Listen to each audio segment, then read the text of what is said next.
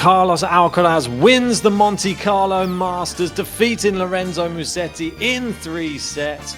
Move over Rafael Nadal. There's a new Spaniard in town.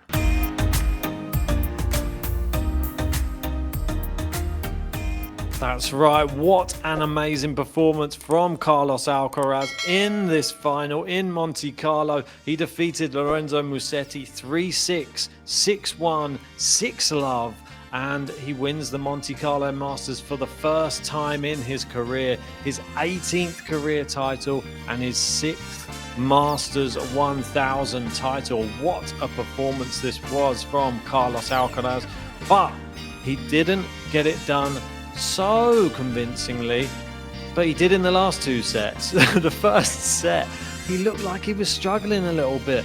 There was Lorenzo Musetti really getting under his skin, playing some amazing recovery tennis, really drilling the ball from backhand side, forehand side, and had Alcaraz scampering around the court. And he really wasn't finding his shots, I'd say, when he needed them in that first set. But that story definitely changed as soon as he had lost that first set. It was almost a replica of his first match in Monte Carlo against Francisco Cerundolo. He lost that first set 6-3 and then went on to obliterate Francisco Cerundolo. And it happened again in the final. He just came out the traps fast in that second set and he took the match to Musetti. And it wasn't long before Musetti looked dejected. He looked like he had no ideas, and everything that Carlos Alcaraz hit turned to gold. Some beautiful, beautiful shots. The way he was just maneuvering Musetti out to the left, out to the right, coming in for the volley. The drop shots were there. I think Musetti, come the end, he looked like a beaten man and just looked like he was broken inside. It was a sad sight to see, but that's what Carlos Alcaraz's level on clay is when he brings his best. And you saw he'll take 1 set to get into it, but same as with Cerundolo, as soon as he is in that flow state, watch out, because he is the reigning Roland Garros champion for a reason. He's that good. And Musetti, despite a fantastic tournament, he can go away with his head held high, but with still the knowledge he is not at Carlos Alcaraz's level on the clay. That was there for everybody to see today. And more tweets coming out about this, saying he fought back from a set down 3 times this week. I think the Arthur Fees match was probably the toughest match of the tournament for him. So that's great. If you look back in hindsight, if you're Arthur Fees, that's a really good benchmark to where you're at right now. So maybe keep your eyes peeled for where he is in the draw come Roland Garros.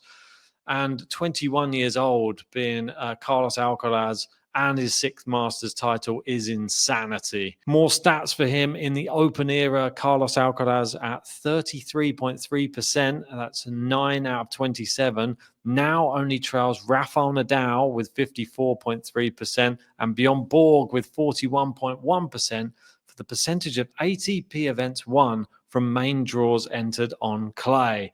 There you go. The Prince, as it says here. And he will now overtake Alexander Zverev at number 2 in the rankings when they next come out. So well done. Zverev's been terrible, I'd say, over the past few weeks. He doesn't even know what's wrong with him.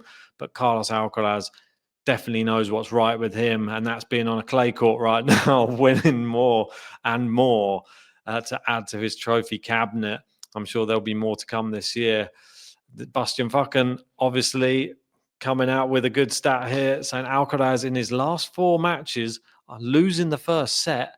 It's been a second set 6-love, a second set 6-love, a second set 7-5, and a second set 6-1. Ugh. I mean, that's pretty dominant. Maybe don't take the first set against Carlos Alcaraz. That might help you, but, well, it could hinder you because you might lose in straight sets as well, as Davidovich Fokina found out. achieving big things early on. Well, we can see some big faces here, and you've got there 11 for Rafael Nadal, Carlos Alcaraz with 6, and Michael Chang, Novak Djokovic with 4 Masters titles before turning 22 years old. Incredible stuff. And Carlos Alcaraz has become the youngest player to win the men's singles title in Monte Carlo since Rafael Nadal. And it's not many days in it, to be fair. It's only 16 days, but Rafael Nadal was still younger. That was back in 2008. This is a list of Carlos Alcaraz's 10 big titles before turning 22. Miami 2022, Madrid 2022, US Open 2022, and then we got Indian Wells in 2023, Madrid, Wimbledon, then Indian Wells in 2024, then we got Roland Garros and Wimbledon, now Monte Carlo. Are we going to get Roland Garros and maybe another Wimbledon? I don't know. Let me know in the comment section which big titles is he going to add to that tally this year. And I think we'll just finish on this one. Carlos himself, Carlitos, celebrating, saying "Vamos" as he holds above his head that trophy. And there's that big smile.